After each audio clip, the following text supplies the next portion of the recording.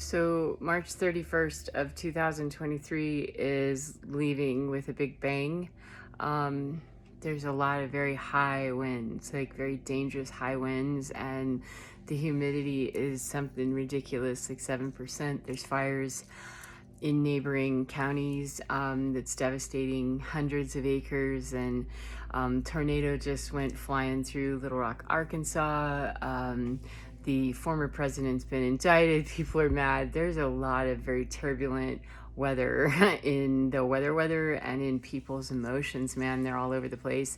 And that's a consciousness, you know, that's a consciousness, and it has to go somewhere. That all that energy and that rhetoric and idea, and just the energy of it and the explosive nature of it has to go somewhere. And I'm not blaming people for the weather. I'm pretty sure that Mother Nature needs to do her thing to balance her own self the way she needs to. However, it's not adding anything to know that there's already chaos, and Mother Nature's bringing her own brand, man. We're going to cleanse this out. We're going to clear it. I think it's quite a metaphor that it's high winds, and I mean huge winds that are blowing through, at least where I live, and definitely in other parts of the country. That cleansing is cleansing, and we had water in the fall that major hurricanes and floods and all these wind disasters and water disasters. And out here, it's very dry very dry. There's not a lot of moisture, water, emotion. There's not a lot of that in it, and yet there's still the high winds. So people are feeling frazzled, they're feeling energetically tapped, they're feeling, nervous, agitated. I just feel a very brittle, fragile energy, and not fragile as in little tiny little lady fragile. I mean like fragile, snap right there, on the edge of that was some pretty horrible decision making right there. I'm not sure that we're gonna weather the next totally pun intended, that we're gonna weather the next few days with grace. If we didn't have grace going into this, we aren't likely to just all of a sudden. I hope there's going to be some sudden, conversions, radical acceptance, radical forgiveness, and radical change. I do always look to that and aspire to that, and pray for that people reach that radical place of stop doing this, before you lose anything else, or before you damage anything else, or before you're damaged any further, before more of whatever is happening. Unless we love that stuff, we need to have a radical acceptance and a radical forgiveness of what's going on. And that can be very, very difficult in the midst of what's going on. How in the world are we going to ever be able to step back, assess the damage, and get a real, true, accurate damage report, and then go on with disaster recovery if we weren't ever prepared for the disaster? We didn't know it was coming. Sometimes we cannot plan for the disasters that happen in our life. We just can't. They come up all of a sudden, like, oh shoot, I wish I had. We don't even have time for that anymore. Like, okay, the disaster's here, what's going to happen? And if we don't do anything except go with the hysteria of that, then at some point we have to pick up. Waiting for disaster recovery teams to come and get us anymore, there's way too much. The universe is breaking everything apart everywhere. And I don't think that's funny. I'm just shocked at the level of how much destruction is happening to every paradigm, every system, the institution, whatever it is, Big Brother, however we're looking at it, that on every front there's an assault of our senses, emotionally, physically, spiritually, financially, politically, education-wise, professionally. I mean, there is no place where we're not being shaken up. And people that weren't very graceful in navigating those with any skill, they have even less skill now because they weren't really navigating it to begin with. They were just kind of getting through it. And that's a heck of a way to get through crisis after crisis after crisis. At some point, we either need to get really good at crisis management, or just get really good with saying, yeah, I'm a perpetual victim and I'm just waiting for the next tornado to come blow my house down, and I'm going to be angry when a house is dropped on my sister, and then blame the person that hops out of the house like it was their fault.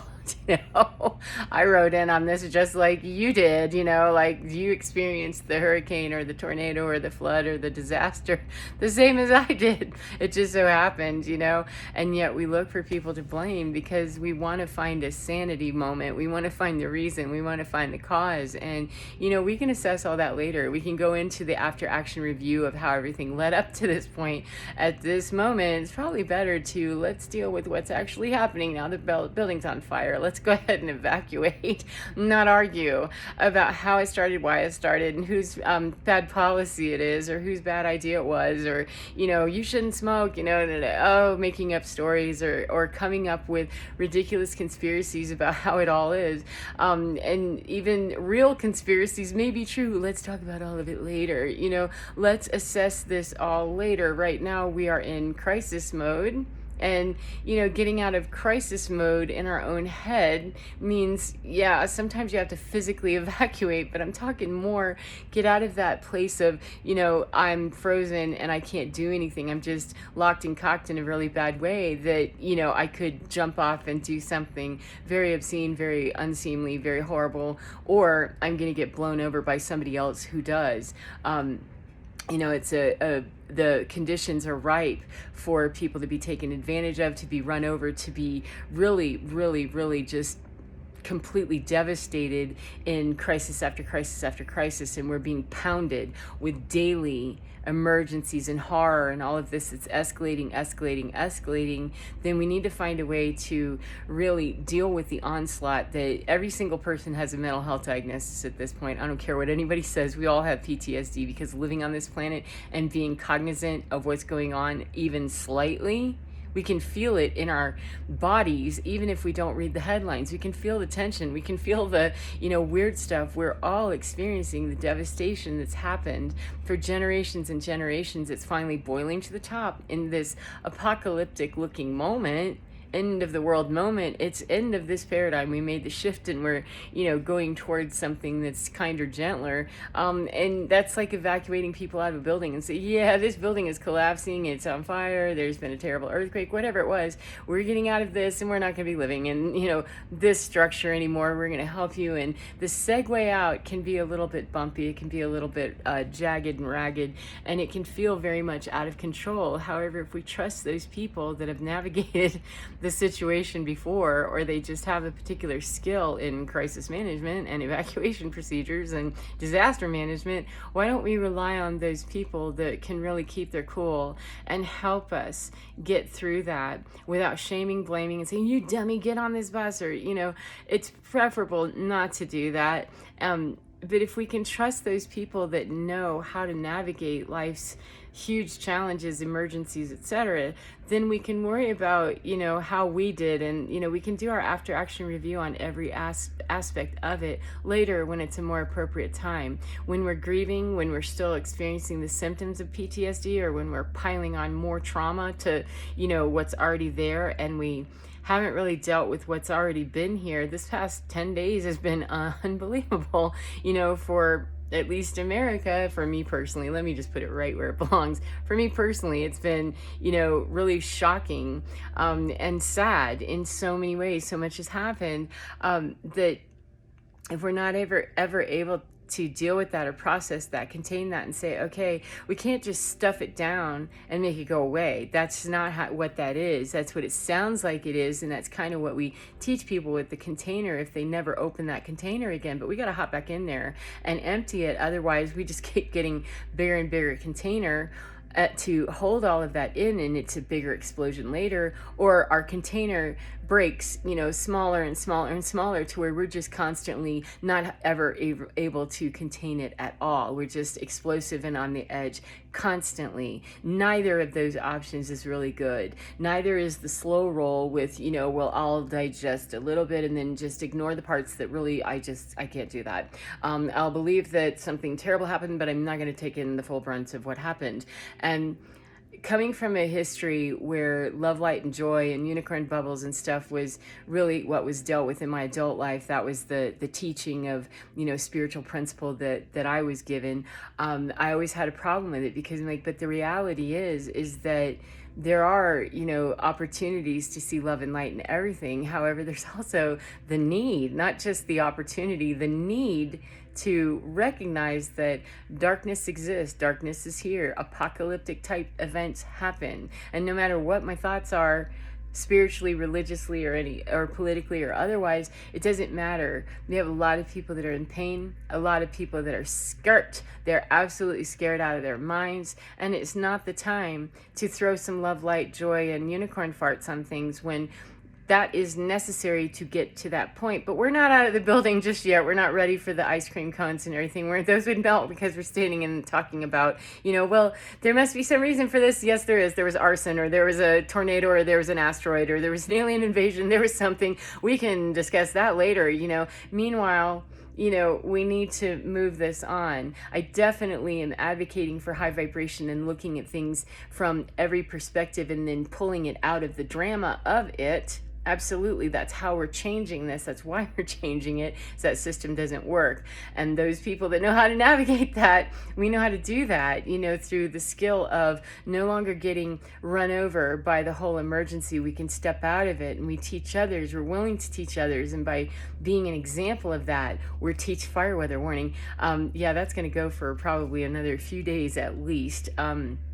That if we can teach others by example of, I'm going to remain calm, I'm going to remain objective about this, and I'm going to listen to experts who are telling me, whoever they are, and be very careful who I put my faith into and call an expert.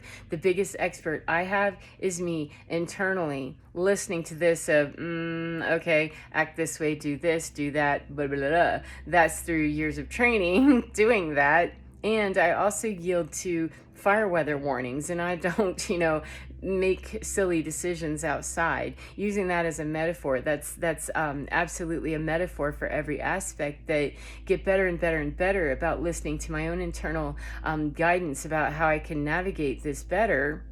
That way I don't run over landmines everywhere. I'm not in an area where landmines would be, preferably, and if I happen to find myself there, then get very good at detecting landmines, or get very good at dealing with the aftermath of what happens when we have something explode unexpectedly in our world. It happens. There's no need for guilt and shame. Those are things that keep us in the game, and we don't have time for it. We're still in the building. Meanwhile, we're over here. I'm never going to have ice cream again. You're definitely not. Not if you melt down here. You're not. You won't make it. It's 100% chance of nothing but getting stuck here and never making it out, because we're getting consumed by the fire itself. And if you're going to bother to get consumed by the fire, get consumed by the right fire, and it's afterwards dealing with the PTSD and the response, the reactions, and the oh my God, and the body response from going through that experience. That's truly the trial by fire that I personally would ascribe to, is that going through that fire is the fire that the phoenix rises out of. The literal fire, we're going to have a little more difficulty with it, unless we can really, make some magic happen. And I don't know anybody that can do that. So how about if we phoenix in the way that really makes sense and not get consumed right off the jump with whatever the emergency is, whatever the high winds are. Oh my God, remember, that's a bad start. That's a very bad start. We can wait to see, assess the damage, listen very carefully, and hear to, I think I need to move now, and move now. However, not react out of some hysterical place that would have us move too soon, too late, or at all. I mean, it's a matter of listening here. Mother Nature gave us that skill of instinct. The hackles on the back of our neck are up, or we go, I'm not really sure about that. That's Mother Nature giving us the skill already of knowing how to navigate things through listening to our body and the feelings that are in it, going, I'm not sure, or yeah, that's really good. And it's been altered. It's been absolutely monkeyed with bad programming from, love, light, and joy, or, dark stuff where we just want to manipulate an extreme on either side of that. is not going to help us, because a love, light, and joy bubble person, I could get myself killed just as easily as anybody else, if I stand in the middle of a fire and believe I'm going to stop that because I prayed, or because I said affirmations, or because I tithed, or because I, threw some magic at it or something. It's entirely possible and quite likely that I will go down in that evolution, because I don't think the world's ready for me to phoenix right up off the ground, literally being consumed by fire. And I'm pretty sure that I'm not either, so I'm not going to test that. And I'm also not going to go on the other side and be a fatalist and say, oh, well, and just tie myself to a radiator while the building's on fire and say, well, there's no way I deserve this. Must be because I was a terrible person, or, who cares? I mean, whatever reason that we go into these extreme places, it's really not the best to do that. It's best to stay more balanced and in the middle of how do I deal with it. Keep things in a very high vibration, and when they're dragged down into a lower vibration, we can't ignore that. We can't just pretend it isn't there. No, we'll just be positive about it.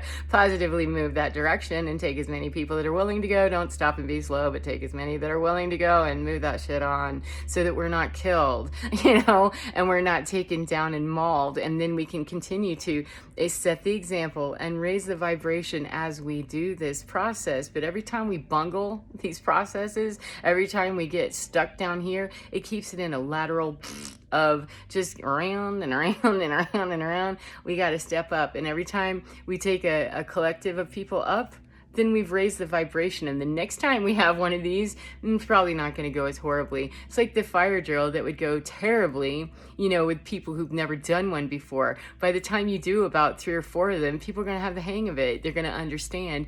If the people that are leading the fire drill know what they're doing, don't lead with hysteria, and you probably will have a fairly calm and sedate, or at least proper execution of the evacuation, whether there's a real fire or not. So the wind has died down, ironically enough. I was feeling a little bit of that agitation in the wow, there's a lot whipping out. I even closed all my blinds and everything, took my dog out, and he's going, this is weird. Pee fast and, poop later. So, do what you need to do and execute that quickly. And let's get on with the business of listening to what my guidance inside was telling me. Close the blinds and come in more internally and bring everybody in here to the most secure room, because tornadoes are a thing. Wind is a problem, and anything can come flying through a window at any moment. And rather than live in fear, start making a video, talk about that stuff. And I can no longer hear the wind whipping out. Doesn't mean that I stopped the wind, and it doesn't mean that the wind has stopped. It means that I've reached a place of calm, and nature is confirming for me, thank you, that at least in this moment there's a place of calm, so that when that stuff kicks up again, I'm prepared to deal with whatever happens, whether it flies through my window unexpectedly or not. So take care of yourself, and I'll see you again. Bye-bye.